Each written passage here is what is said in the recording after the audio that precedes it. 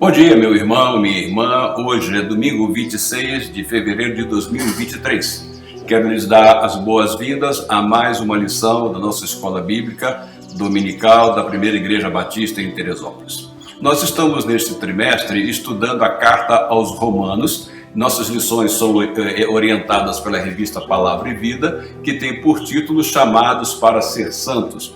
Então, nós estamos estudando a carta aos Romanos, esse grande tratado teológico do apóstolo Paulo. É uma carta bastante cristocêntrica, é o que nós estamos vendo nesta carta, então, que Paulo escreveu aos Romanos. O assunto de hoje é a lição número 8, e ela tem por texto base o capítulo 9 de Romanos. O título da lição é A Eleição de Israel.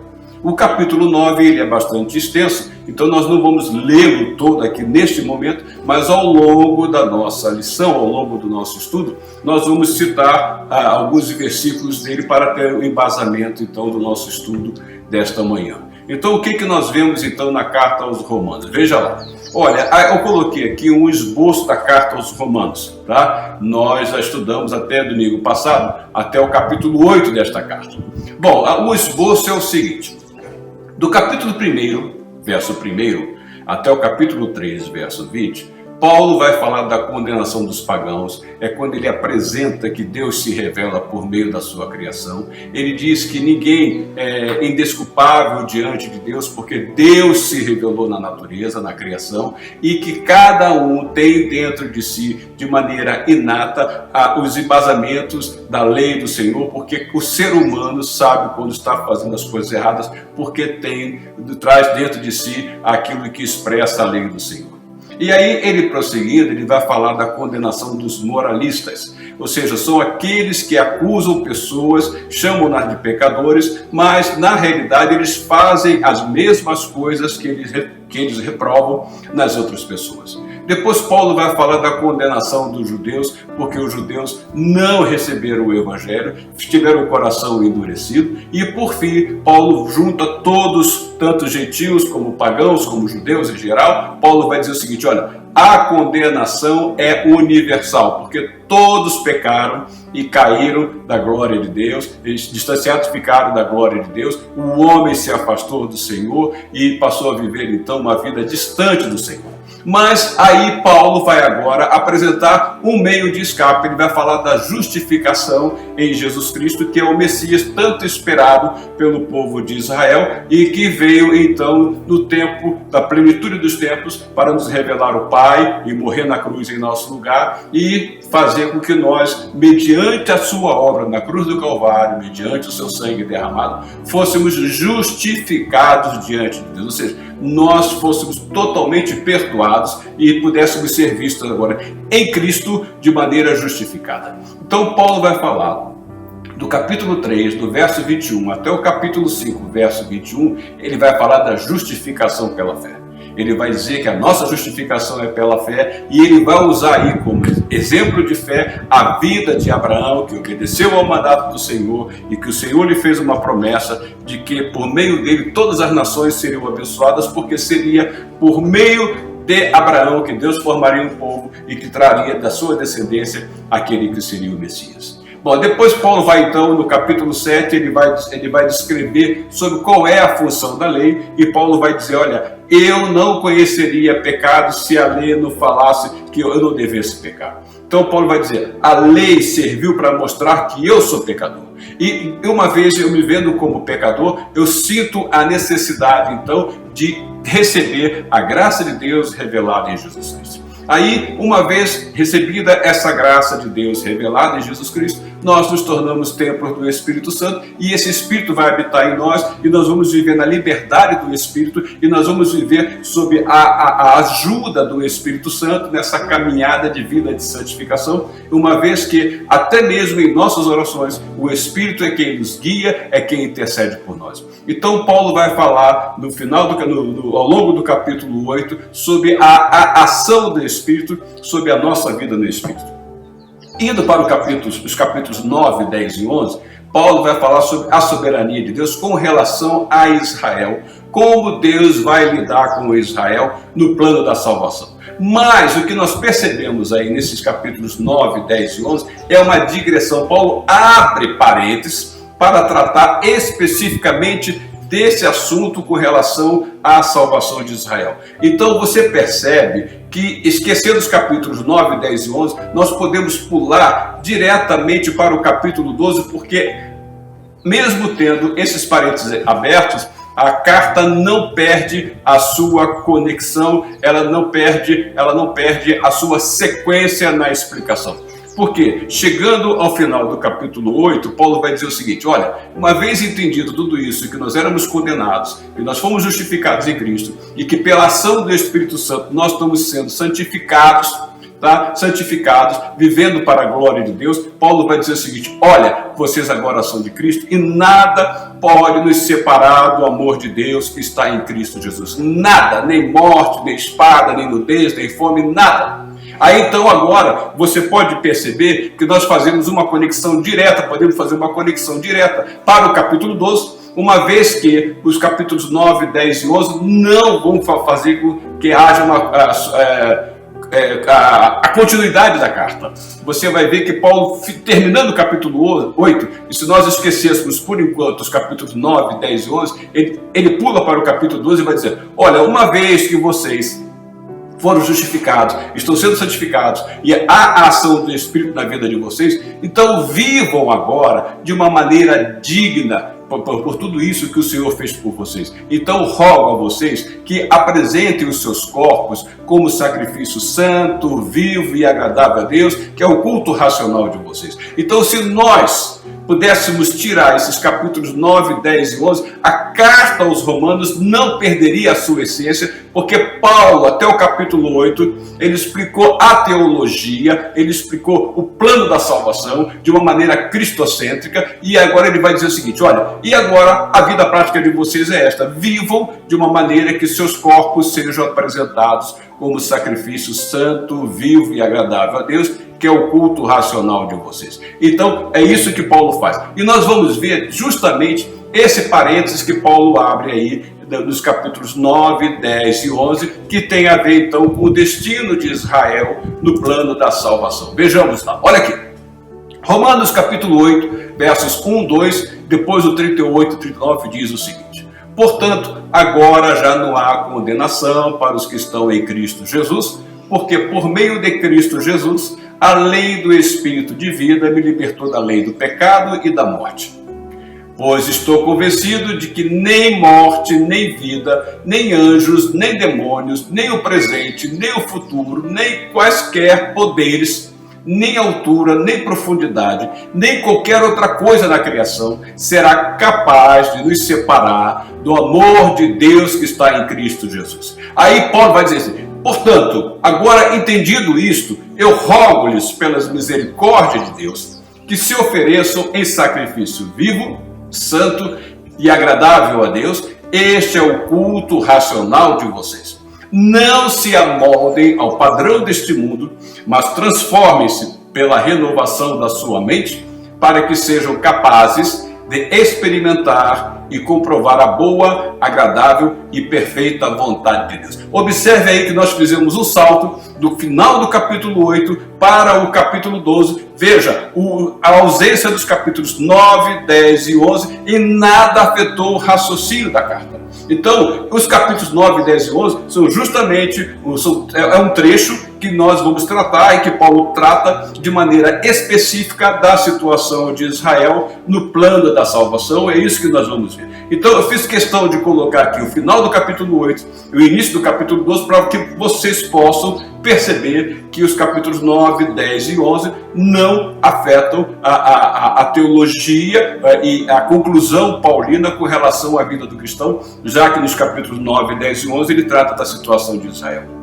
Então veja lá, Paulo termina então o capítulo 8 com uma tremenda empolgação, dizendo: quem nos separará do amor de Deus que está em Cristo Jesus, né? Nem altura, nem profundidade, nem qualquer outra coisa na criação será capaz de nos separar do amor de Deus que está em Cristo Jesus, nosso Senhor. É que ele fala em Romanos 8, 39, fechando então o capítulo 8. Então o que nós vamos ver? Aí, dessa empolgação toda que Paulo termina o capítulo 8, ele vai iniciar o capítulo 9 com uma tremenda tristeza, porque ele agora vai tratar da situação do seu povo de Israel, do seu povo, os judeus. Então ele sai dessa empolgação total do capítulo 8 e inicia o capítulo 9 com uma grande tristeza. Veja o que ele diz lá: digo a verdade em Cristo, não minto, minha consciência o confirma no Espírito Santo. Tenho grande tristeza e constante angústia em meu coração, pois eu até desejaria ser amaldiçoado e separado de Cristo por amor de meus irmãos, os de minha raça. Paulo sentia uma grande tristeza, porque ele, que era pregador, que se voltou para os gentios, ele não via que o seu povo, os judeus, que eles estavam interessados na mensagem do Evangelho.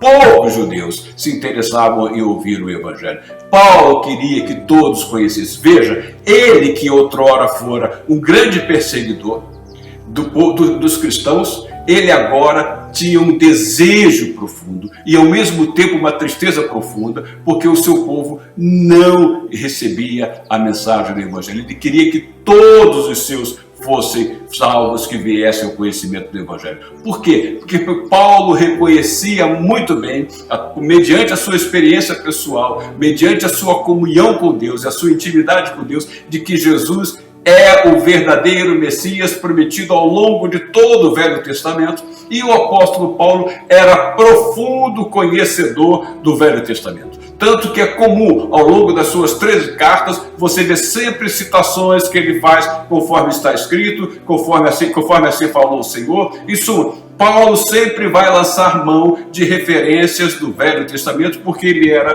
profundo conhecedor do Velho Testamento. Então, o que nós vamos ter? Paulo se considerava, como já disse, o apóstolo dos gentios e se alegrava por muitos deles terem alcançado a salvação por meio do seu ministério. Era uma alegria muito grande. Ele se voltou para os gentios para evangelizar. No entanto, ele não se esqueceu do seu povo. Mas então a rejeição do povo de Israel, a mensagem do evangelho o inquietava, o entristecia, o deixava muito preocupado.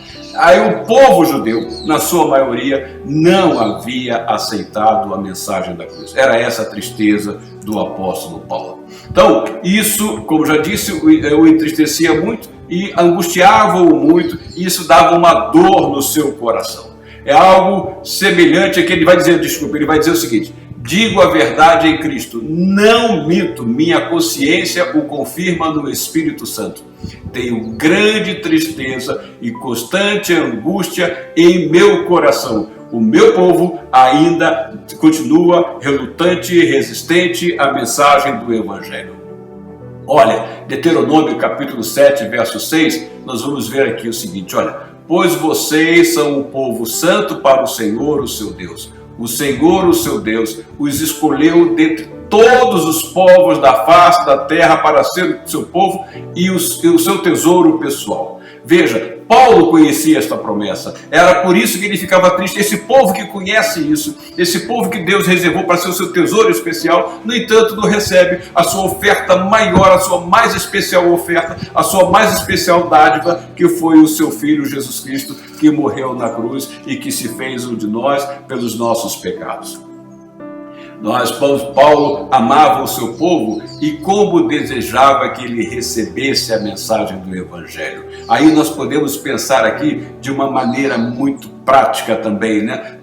Paulo se preocupava, na realidade, seu povo eram os seus familiares. Será que nós temos a mesma preocupação com relação àqueles nossos familiares que ainda não receberam o Senhor Jesus Cristo como Salvador, não o reconhecem como Salvador? Será que isso nos causa tristeza? Será que isso nos incomoda? Será que isso nos angustia? Pois eu até desejaria ser amaldiçoado e separado de Cristo por amor de meus irmãos, os de minha raça. Paulo estava disposto a perder a sua salvação.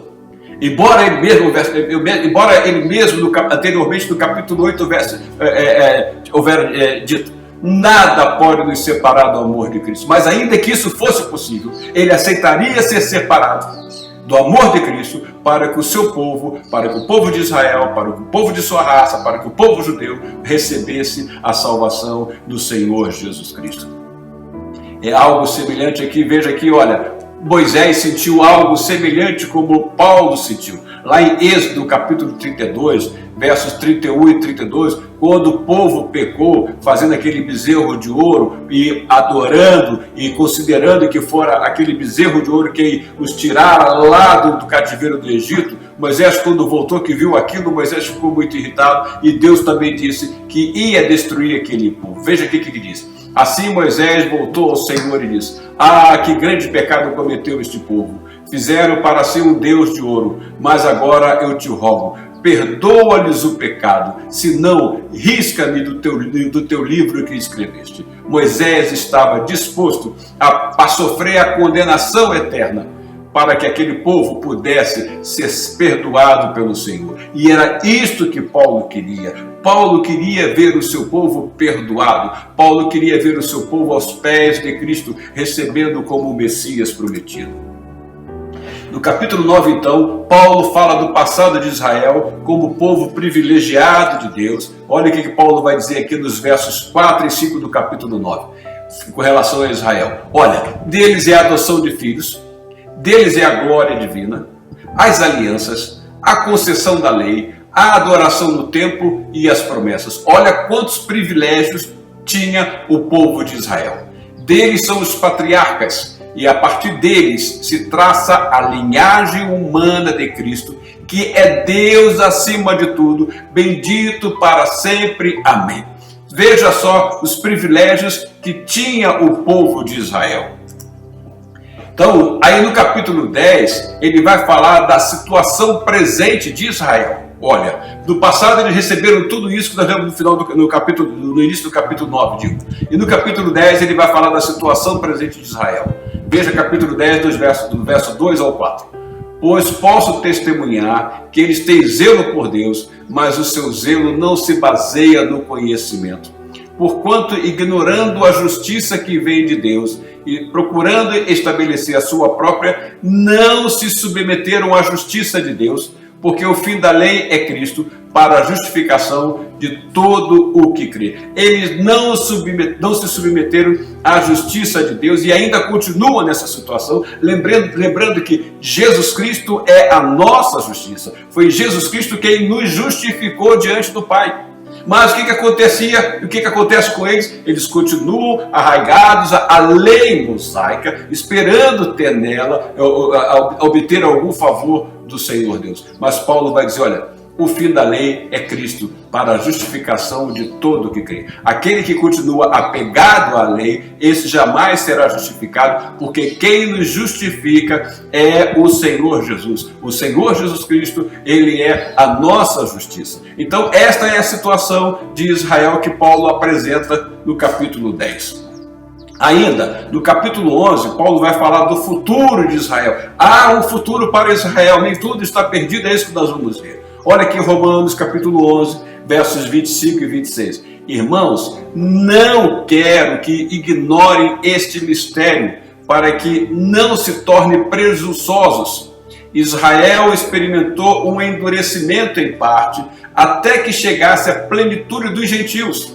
E assim todo Israel será salvo, como está escrito: virá de Sião o Redentor que desviará de Jacó a impiedade. Olha, embora o número de judeus fosse pequeno, na igreja em Roma, para a qual Paulo escreveu esta carta, lá havia judeus convertidos, sim. Mas a maioria eram gentios convertidos. Então Paulo vai chamar a atenção desses gentios que se consideravam melhores do que os judeus, porque Paulo vai dizer, não quero que ignorem este mistério, para que não se tornem presunçosos. Não pense que vocês são melhores de Israel, não. Israel está sofrendo um tempo, vamos dizer assim, de dureza de coração, para que chegue à plenitude dos gentios. Mas haverá um momento em que Deus vai lidar com Israel e Deus vai salvar Israel, e nós vamos ver de que maneira Deus vai salvar Israel. Olha, ao dizer que todo Israel será salvo, Paulo se refere àqueles que crerem em Jesus como o Messias, o Cristo. Não quer dizer por pertencer ao povo de Israel, por ter a nacionalidade israelense, tá? Todos serão salvos. Não! Paulo está se referindo aqui, quando ele diz que todo Israel será salvo, com relação ao futuro de Israel, ou seja, uma vez atingida a plenitude dos gentios, virá um momento de Israel, Paulo vai dizer, todo Israel será salvo. Mas que todo é este? Todos aqueles que crerem em Jesus Cristo como o Messias, o prometido por Deus, desde lá de quando o homem pecou, que você lê lá em Gênesis no capítulo 3. Então, é este grupo de pessoas que crerão em Cristo que Paulo chama de todo o Israel. E nós vamos ver como é isso. Olha lá, Romanos 11, 26, como está escrito, virá de Sião o Redentor, que desviará de Jacó a impiedade. O Redentor virá a Sião aos que em Jacó arrependerem-se dos seus pecados, declara o Senhor. Olha, Paulo, quando escreve esse verso 26 do capítulo 11, olha onde ele foi buscar essa referência. Foi buscar lá em Isaías 59, 20, porque, como já disse aqui, Paulo era profundo conhecedor do Velho Testamento, da teologia do Velho Testamento. Aí Paulo traz a lembrança, Isaías 59, 20. O Redentor virá a Sião, aos que em Jacó arrependerem-se dos seus pecados, declara o Senhor. Esses aí que se arrependerem dos seus pecados é o que Paulo chama de todo o Israel, ou seja, todo Israel será formado, todo Israel de salvos será formado por aqueles que se arrependerem dos seus pecados e que receberem o Senhor Jesus como o Messias. Então, este é o todo Israel. Olha aí, então, está aqui sublinhado, então, aos que em Jacó arrependerem-se de seus pecados. Isaías 10, 22 diz lá, embora o seu povo, ó Israel, seja como a areia do mar, apenas um remanescente voltará. A destruição já foi decretada e virá transbordante de justiça. Aqui Isaías se refere ao cativeiro na Babilônia, que embora o povo fosse muitos, apenas poucos sobrariam para que desses poucos viesse o Senhor Jesus Cristo, porque desde lá do livro do Gênesis você pode ver que a preocupação do Senhor foi formar o povo hebreu para que desse povo hebreu viesse o Messias. Então fizeram de tudo para destruir com este povo. Eles foram atacados desde o Egito, foram atacados na caminhada pelo deserto, e os inimigos os cercavam, filisteus, e edomitas e outros mais, tentando acabar com este povo. Depois vieram os assírios, depois levaram 10 tribos para o norte, depois veio a Babilônia e levaram as 2 tribos do sul para a Babilônia, deixando alguns poucos lá na Judéia, e esse povo foi levado ao cativeiro. Mas este povo não foi exterminado. Houve um remanescente. Deus poupou parte deste povo para que pudesse trazer por meio deste povo o Messias, o prometido, aquele que seria o Salvador, o Senhor Jesus Cristo. Então, embora o seu povo, ó Israel, seja como a areia do mar, apenas um remanescente voltará. A destruição já foi decretada e virá transbordante de justiça. É esse remanescente que Paulo diz, olha, todo Israel será salvo. Vamos ver se a gente consegue entender melhor o que quer dizer esse termo remanescente. Veja lá, olha, veja aqui, botei aqui uma seta para mostrar. Embora o seu povo, ó Israel, seja como a areia do mar, apenas o remanescente voltará. Aí agora eu vou lá para Isaías 59, 20, voltando aqui no versículo anterior que está no meio do slide aí. O Redentor virá a Sião, aos que em Jacó arrependerem-se dos seus pecados.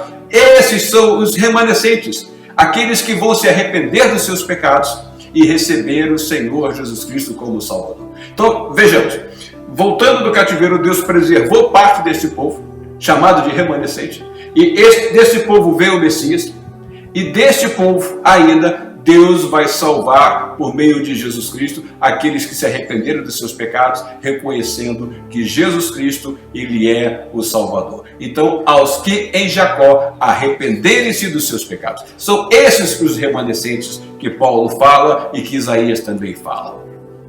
Então, olha, Israel, por ser povo escolhido de Deus, teve alguns privilégios, porque Deus tinha um plano com este povo. Deus tinha um plano com este povo. Deus fez uma promessa em Abraão e que por meio de Abraão todas as nações da terra seriam abençoadas, incluindo aí, é claro, de maneira muito especial este povo escolhido, ao qual o Senhor concedeu alguns privilégios. Veja lá, olha, Romanos 3, 1, 2, Paulo diz: que vantagem há então em ser judeu, ou que utilidade há na circuncisão?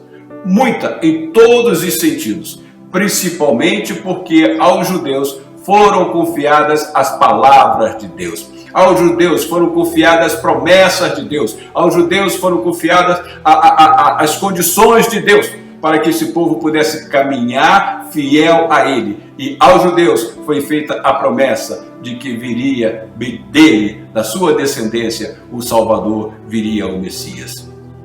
Ainda Romanos 9,4, o povo de Israel, olha só que privilégio que eles têm. Deles é a adoção de filhos. Eles foram adotados de uma maneira muito especial pelo Senhor. Deles é a glória divina. Eles viram diversas vezes a manifestação da glória do Senhor, na saída do Egito, na abertura do Mar Vermelho, da coluna de fogo que acompanhava durante a noite, na nuvem que os acompanhava durante o dia na caminhada do deserto, na conquista da terra, na inauguração do Templo de Salomão, onde a glória de Deus se manifestou de uma maneira tão especial. Tudo isso este povo viu. Então deles é a adoção de filhos, deles é a glória divina. As alianças, Deus fez alianças com o seu povo. Deus fez aliança com Abraão, Deus fez aliança com Jacó, nós vamos falar um pouquinho delas à frente. A concessão da lei, Deus deu a este povo as suas leis. Olha, essas são as condições que eu quero manter com vocês e vocês deverão viver por meio dessas condições aqui, que é a minha lei. E além disso, eles tiveram o privilégio da adoração no templo, de chegar diante do Senhor mediante o sumo sacerdote que o representasse. Eles tinham o templo para adorar o Deus vivo. E tem todas as promessas, diversas promessas espalhadas ao longo da Bíblia com relação a este povo. Então, é um povo extremamente privilegiado. Então, as Escrituras foram confiadas aos israelitas e nelas estavam incluídas todas as promessas de Deus para este povo, que Deus deu tantos privilégios. Então, de Israel era a adoção. Nenhuma nação na terra teve o privilégio de ser chamada filho de Deus. Nenhuma. Somente o povo de Israel. Olha aqui, olha, Êxodo capítulo 4, 22, versos 23. Depois diga ao faraó que assim diz o Senhor: Israel é o meu primeiro filho. E eu já lhe disse que deixe o meu filho ir para prestar-me culto. Mas você não quis deixá-lo ir. Por isso matarei o seu primeiro filho. Olha como Deus trata de Israel como um filho tão especial. Tão especial. Porque Deus tinha uma promessa por meio deste filho. E quando nós recebemos esta promessa que Deus deu por meio deste filho que é Israel, ou seja, o Senhor Jesus Cristo, nós também em Cristo nos tornamos filhos de Deus. E nós passamos a fazer parte então deste povo. Veja só que nós também passamos a desfrutar de privilégios, porque em Cristo nós também somos chamados de filho de Deus. João vai dizer lá que a todos, no seu Evangelho, no capítulo 1, vai dizer: a todos quantos receberam, deu-lhes o direito de serem feitos filhos de Deus. Então, em Jesus Cristo também, nós nos tornamos seu filho também. Então, Israel tinha uma posição privilegiada entre todas as nações. Vejamos, olha, Israel experimentou manifestações diversas da glória de Deus. Veja aqui, olha, deles é a glória divina, é que Paulo fala em Romanos, no capítulo 9, verso 4. Veja lá, Êxodo 13, 21, 22. Durante o dia, o Senhor ia adiante deles, numa coluna de nuvem, para guiá-los no caminho, e de noite, numa coluna de fogo para iluminá-los, e assim podiam caminhar de dia e de noite. A coluna de nuvem não se afastava do povo de dia, nem a coluna de fogo de noite. Olha, manifestações da glória de Deus na vida do povo de Israel. Olha aqui também 1 Reis, capítulo 8, verso 10 e 11. Quando os sacerdotes se retiraram do lugar santo, uma nuvem encheu o templo do Senhor, de forma que os sacerdotes não podiam desempenhar o seu serviço, pois a glória do Senhor encheu o seu templo. Foi isso que aconteceu no dia da inauguração do templo construído por Salomão. Eles viram manifestações diversas da glória de Deus. Olha quantos privilégios este povo de Israel teve. Deus fez alianças com o povo de Israel. É isso que Paulo está falando dos privilégios, das alianças dos patriarcas. Deus fez alianças com Israel. Olha, deles é, entre outras coisas, as alianças. Veja só. Observe que Deus fez uma única aliança que pertence a todas as nações. Há uma aliança de Deus com todas as nações. Você sabe qual é? Veja aqui qual é essa aliança que Deus fez com todas as nações. Gênesis capítulo 9, verso 14 a 16. Quando eu trouxer nuvens sobre a terra e nelas apareceu o arco-íris, então me lembrarei da minha aliança com vocês e com os seres vivos de todas as espécies. Nunca mais as águas se tornarão um dilúvio para destruir toda forma de vida.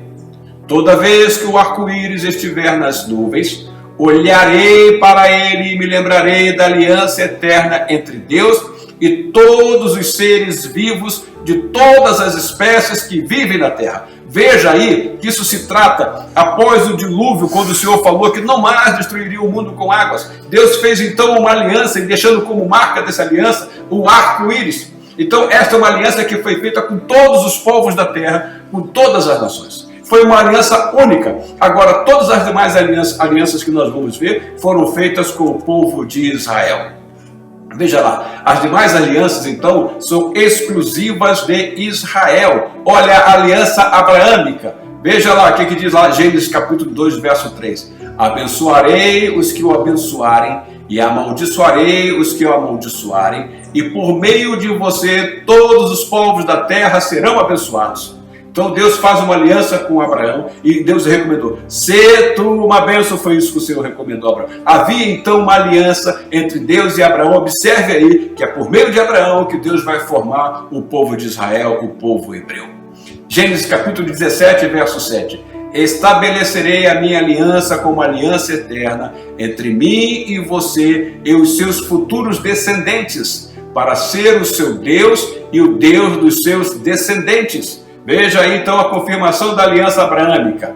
E ainda Êxodo, capítulo 19, versos 5 e 6. Agora, se me obedecerem fielmente e guardarem a minha aliança, vocês serão o meu tesouro pessoal dentre todas as nações. Embora toda a terra seja minha, vocês serão para mim um reino de sacerdotes e uma nação santa. Essas são as palavras que você dirá aos israelitas. Veja aí então mais alianças que o Senhor fez com o povo de Israel.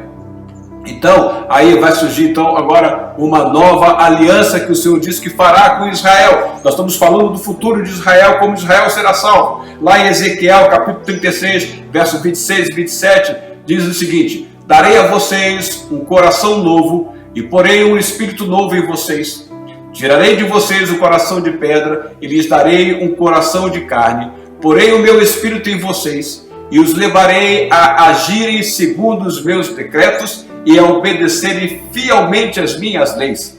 Veja aí que Deus está fazendo uma aliança com esse povo de Israel. Isso aí se refere já à salvação deles em Cristo e que o Senhor escreveria a sua lei em seus corações e que poria neles o seu Espírito. E a única maneira de se tornar templo do Espírito Santo é recebendo o Senhor Jesus como Salvador. Uma vez que se recebe o Senhor Jesus como Salvador, todos nós sabemos que nos tornamos templos do Espírito Santo. E como nós falamos, nós estamos tratando da carta do apóstolo Paulo aos Romanos, justamente é sobre a obra do Espírito Santo que Paulo enfatiza bastante no capítulo 8, que foi assunto da nossa aula de domingo passado, que você deve ter acompanhado pela internet ou presencialmente na nossa igreja. Então Deus tem aí uma promessa com Israel. Isso é com esses aí que o Senhor está falando. Esses são os remanescentes que serão salvos. Esses crerão no Messias. Darei a vocês um coração novo e porei um espírito novo em vocês. Tirarei de vocês o coração de pedra. Israel está no momento com o coração endurecido.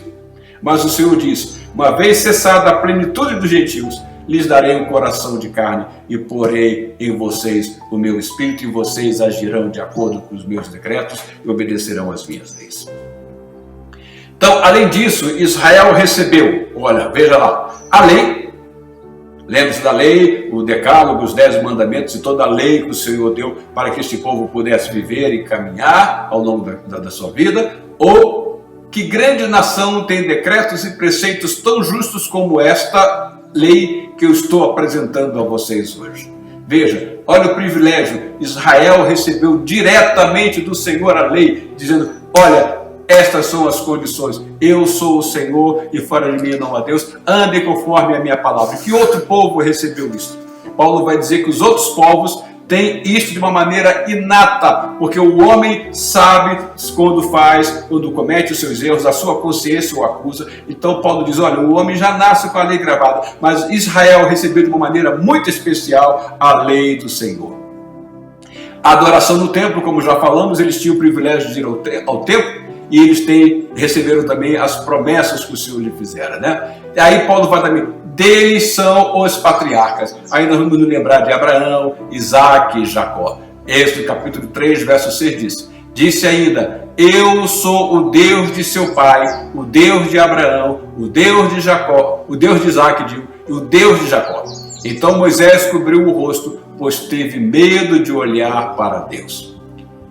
E que os mortos ressuscitam, já Moisés mostrou no relato da sarça, quando ao Senhor ele chama Deus de Abraão, Deus de Isaque e de Jacó. Então este povo tem o privilégio de ter entre eles os patriarcas Abraão, Isaque e Jacó.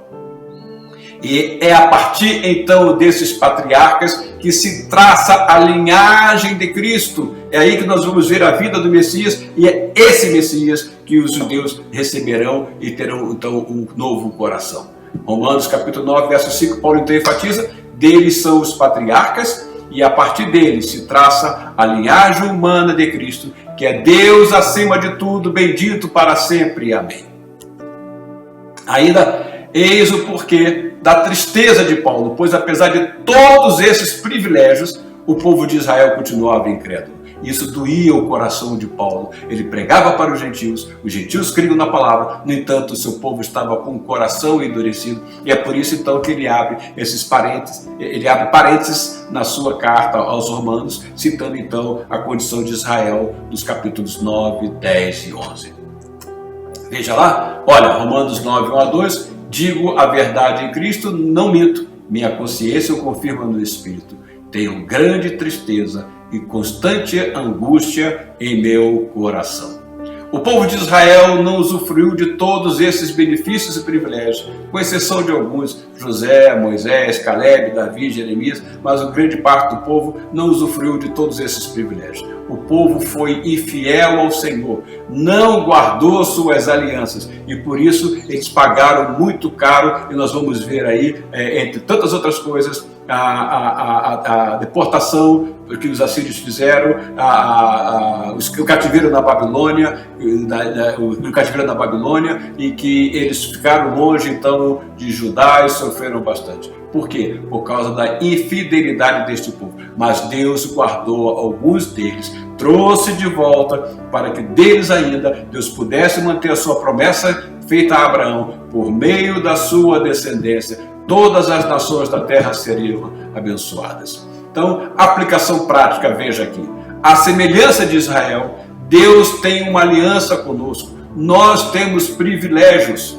Então, veja, nós devemos caminhar como o Senhor espera que nós caminhemos. Não que nós venhamos a falhar como Israel falhou, debaixo de tantos privilégios que Israel teve. Nós temos um privilégio, nós temos privilégio, nós somos salvos pela graça, nós somos chamados de filho de Deus, nós temos o Espírito Santo, nós temos a certeza da glorificação eterna. Em suma, nós temos o caminhar do Senhor conosco a cada momento, nós temos privilégios imensos no Senhor. Então nós devemos nos manter fiéis à aliança que nós temos do Senhor, porque em Cristo nós participamos de uma nova aliança. Então é um grande privilégio que nós temos, que nós devemos nos ater com todas as nossas forças, sendo fiéis ao Senhor no nosso dia a dia. Será então, Paulo vai perguntar, será que a palavra de Deus falhou com relação ao povo de Israel, já que eles tinham tantas promessas? Veja lá, Romanos 9, 6, não pensemos que a palavra de Deus falhou, pois nem todos os descendentes de Israel são Israel. Aí que nós vamos ver se a gente consegue entender o que Paulo quer dizer. Não, a palavra de Deus não falhou. Paulo então explica, veja lá. nem por serem descendentes de Abraão, passaram todos a ser filhos de Abraão. Pelo contrário, por meio de Isaque, a sua descendência será considerada. Em outras palavras, não são os filhos naturais que são filhos de Deus, mas os filhos da promessa é que são considerados descendência de Abraão, pois foi assim que a promessa foi feita. No tempo devido, virei novamente e Sara terá um filho. Prosseguindo com o texto, vejamos lá. E esse não foi o único caso. Também os filhos de Rebeca tiveram o mesmo pai, nosso pai Isaque. Todavia, antes que os gêmeos nascessem ou fizessem qualquer coisa boa ou má, a fim de que o propósito de Deus confirmasse a eleição, permanece. O que nós vamos ver aqui quando Paulo diz que nem todos não são filhos naturais que são filhos de Deus, mas os filhos da promessa que são considerados descendência de Abraão. O que são os filhos da promessa? Os filhos da promessa são aqueles que, como Abraão, creram na promessa de Deus, portanto, são esses que são descendentes de Abraão. Aqueles que creram na promessa de Deus, como Abraão creu, aqueles que receberam as promessas de Deus pela fé, como Abraão recebeu, esses são considerados descendência de Abraão. Então, o que Paulo quer dizer é o seguinte: não são os filhos naturais, não são os carnais que são filhos de Abraão. Descendência de Abraão são aqueles que recebem a mensagem do Evangelho com a mesma fé que recebeu Abraão. Abraão olhava para o futuro e manteve a sua fé, manteve a sua esperança naquele que um dia haveria de vir, que é o Messias prometido. Então, Romanos capítulo 9, versos 7 a 11, Paulo vai dizer: e esse não foi o único caso. Também os filhos de Rebeca tiveram o mesmo pai, concluindo o texto anterior, o mesmo pai, nosso pai Isaque. Todavia, antes que o gêmeo nascesse ou fizesse qualquer coisa boa ou má, a fim de que o propósito de Deus, conforme a eleição, permanecesse. Então, isso foi o que eu acabei de ler. Vamos prosseguir aqui. Veja lá o que nós temos aqui. Olha, aqui está a descendência de Abraão. Você sabe que Deus diz que por meio da sua descendência todas as nações da terra seriam abençoadas. Só que Sara já estava envelhecida, Sara já não tinha mais condições de ter filho. E numa precipitação de Sara, ela oferece a sua serva Agar a Abraão, e Abraão então teve um filho com Agar, que se chama Ismael. E de Ismael vieram os ismaelitas, que geraram esses povos todos que estão aí embaixo, Nebaiote, Kedar, Adbei, Bibzão, Bisma, Dumã, Massá, Haddad, Tema, Getur, Nafis, Kedemar. Daí vieram todos os outros povos, se formaram dessa linhagem de Agar. Depois, Abraão também, mais tarde, teve um filho com Quetura, desse filho dela se formaram outros povos. Mas a promessa que Deus fez foi com relação a Abraão e Sara. Sara já estava, como disse, em idade avançada, não tinha mais condições de ter filho, mas Deus é aquele que traz à existência aquilo que não existe. Então Deus concedeu a Sara a capacidade de conceder, e nasceu então o filho da promessa, que é Isaque.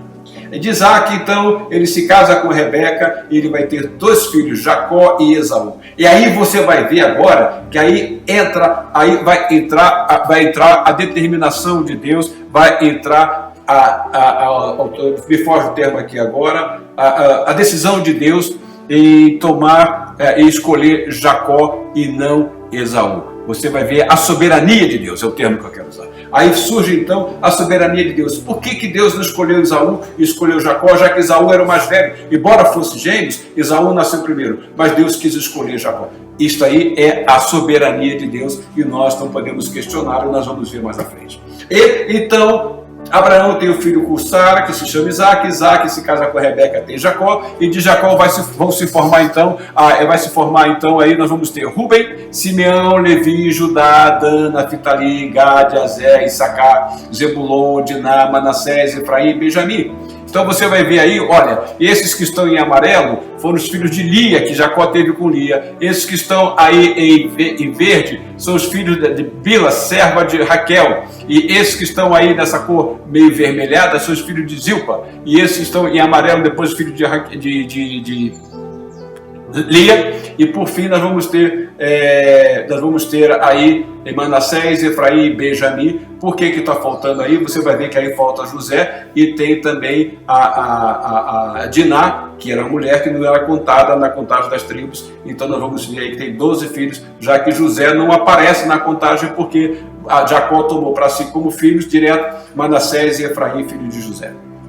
Então, desses 12 aí, vão se formar as 12 tribos, que é o povo de Israel, e de onde virá então o Messias, e Deus vai guardar então desse povo o remanescente para que venha o Senhor Jesus Cristo. Então, a soberania de Deus é ressaltada. O que vai acontecer aí? Romanos 9, 14, 16. Então, que diremos? Acaso Deus é injusto? De maneira nenhuma. Pois ele diz a Moisés: terei misericórdia de quem eu quiser ter misericórdia, e terei compaixão de quem eu quiser ter compaixão.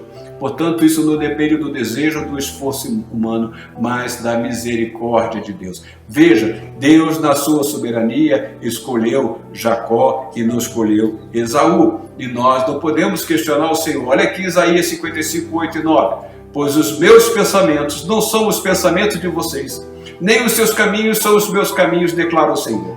Assim como os céus são mais altos do que a terra, também os meus caminhos são mais altos do que os seus caminhos, e os meus pensamentos mais altos do que os seus pensamentos. Então nós não temos razões para entender algumas decisões de Deus, nós não temos razão, nós não temos capacidade para entender algumas determinações, algumas decisões do Senhor, porque os seus caminhos são mais altos do que o nosso. Então a gente vai ver que a misericórdia de Deus procede da sua soberania. Romanos 9, 16 a 18 diz: portanto, isso não depende do desejo do esforço humano, como acabamos de ler, mas da misericórdia de Deus. Pois a Escritura diz ao faraó: eu o levantei exatamente com este propósito, mostrar em você o meu poder, e para que o meu nome seja proclamado em toda a terra. Portanto, Deus tem misericórdia de quem Ele quer e endurece a quem Ele quer. Aí veja só que nós falamos que o povo de Israel está com o coração endurecido até que se atinja a plenitude dos gentios. Vejamos aqui uma coisa, olha aqui. Não, mas tem um detalhe, veja lá. Deus endureceu o coração de Faraó, não porque Deus quis endurecer, porque o coração de Faraó já estava endurecido, totalmente oposto a Deus. Aliás, essa é a situação da humanidade desde quando pecou. O coração do homem ele é oposto a Deus. Lembre-se que todos pecaram e destituídos ficaram da glória de Deus. E Faraó não era diferente. Olha lá, Êxodo capítulo 5, verso 2. O Faraó respondeu: quem é o Senhor para que eu lhe obedeça e deixe Israel sair? Não conheço o Senhor e não deixarei Israel sair. Veja, o Faraó já tinha o seu coração endurecido antes que Deus fale a Moisés que ele havia endurecido o coração de Faraó. O coração de Faraó já estava previamente endurecido. Ele não reconhecia o Senhor. Aí, Êxodo capítulo 7, verso 13. Contudo, o coração de Faraó se endureceu e ele não quis dar ouvidos a Moisés e Arão como o Senhor tinha dito. Faraó continuava com o seu coração endurecido. Então veja só como é a sequência. Êxodo capítulo 9, verso 7. O faraó mandou verificar e constatou que nenhum animal dos israelitas havia morrido. Mesmo assim, seu coração continuou obstinado e não deixou o povo ir. Mesmo vendo tudo isso, Faraó continuou com seu coração endurecido, antes de Deus falar que ele tinha endurecido o coração de Faraó. Veja lá, apesar do endurecimento do coração do Faraó, Deus não deixou de manifestar a sua misericórdia sobre o Egito. Veja aqui Êxodo capítulo 8, verso 8 a 10. O faraó mandou chamar Moisés e Arão e disse: orem ao Senhor para que ele tire estas rãs de mim do meu povo. Então deixarei o povo ir e oferecer sacrifícios ao Senhor. Moisés disse ao faraó: tua é a honra de dizer-me quando devo orar por ti, por teus conselheiros e por teu povo, para que tu e tuas casas fiquem livres das rãs e sobrem apenas as que estão no rio. Amanhã, disse o faraó. Moisés respondeu: será como tu dizes, para que saibas que não há ninguém como o Senhor nosso Deus. Agora observe aqui uma coisa. Olha como o faraó tinha o coração tão endurecido, que Moisés perguntou a ele: quando é que você quer que eu ore para que vocês fiquem livres dessas rãs e que sobrem somente as rãs que estão no rio? Sabe qual foi a resposta de Faraó? Amanhã. Olha como o coração dele era endurecido. E aí você se lembra quando o evangelho é pregado a algumas pessoas e pergunta: você não quer receber a Jesus como seu Senhor e Salvador? Ele diz: hoje não, mais tarde, no futuro, amanhã. Veja, coração endurecido à semelhança de Faraó. E nós já passamos por essa situação de Faraó. Todos nós, eu escrevi um pouco à frente, mas vou adiantar, todos nós já tivemos um coração semelhante ao de Faraó, coração endurecido, porque o ser humano se afastou de Deus. Então, quando questionado Faraó, quando é que você quer? Quando Moisés questionou Faraó, quando é que você quer que eu ore para que essas rãs, vocês fiquem livres dessas rãs? Ele respondeu: amanhã. Você se lembra daquele hino que diz: meu amigo, hoje tu tens a escolha, amanhã poderá ser muito tarde? Né? Então, muitas pessoas estão deixando passar a oportunidade que Deus está concedendo hoje para o amanhã. Veja lá, Êxodo capítulo 8, verso 15. Mas quando Faraó percebeu que houve alívio, obstinou-se em seu coração e não deu mais ouvidos a Moisés e a Arão, conforme o Senhor tinha dito. Então veja aí, Faraó continuava com seu coração endurecido. Ele já estava com seu coração previamente endurecido. Então veja lá, observe que ninguém é merecedor da misericórdia de Deus, nenhum de nós. Veja lá, Êxodo 32, versos 7, 8 e 10. Então o Senhor disse a Moisés: desça, porque o seu povo que você tirou do Egito corrompeu-se. Muito depressa se desviaram daquilo que lhes ordenei e fizeram um ídolo em forma de bezerro, curvaram-se diante dele, ofereceram-lhe sacrifícios e disseram: eis aí, ó Israel, os seus deuses que tiraram vocês do Egito. Deixe-me agora para que minha ira se acenda contra eles e eu os destrua. Depois farei de você uma grande nação. Veja, ninguém merece a misericórdia de Deus, mas Deus agiu e Deus respondeu: diante de você farei passar toda a minha bondade e diante de você proclamarei o meu nome, o Senhor. Terei misericórdia de quem eu quiser ter misericórdia e terei compaixão de quem eu quiser ter compaixão, porque Deus é soberano. Nós não entendemos os planos de Deus, os pensamentos de Deus são muito mais altos do que os nossos. Então, nós, como já disse, nós não éramos diferentes de Faraó. Nós já tivemos nosso momento de coração endurecido, sim. E muitos hoje ainda estão com o coração endurecido, dizendo: deixe para amanhã. Quando é que você vai aceitar Cristo? Amanhã. Primeiro vou gozar a vida. Mais tarde, já quando eu estiver envelhecido. E vem aqui, lembra-se do seu Criador nos dias da sua mocidade. Salmo 14, verso 1 a 3 diz: diz o tolo em seu coração: Deus não existe. Corromperam-se e cometeram atos detestáveis. Não há ninguém que faça o bem. O Senhor olha dos céus para os filhos dos homens, para ver se há alguém que tenha entendimento, alguém que busque a Deus. Todos se desviaram, igualmente se corromperam. Não há ninguém que faça o bem, não há um sequer. Todos têm o coração endurecido.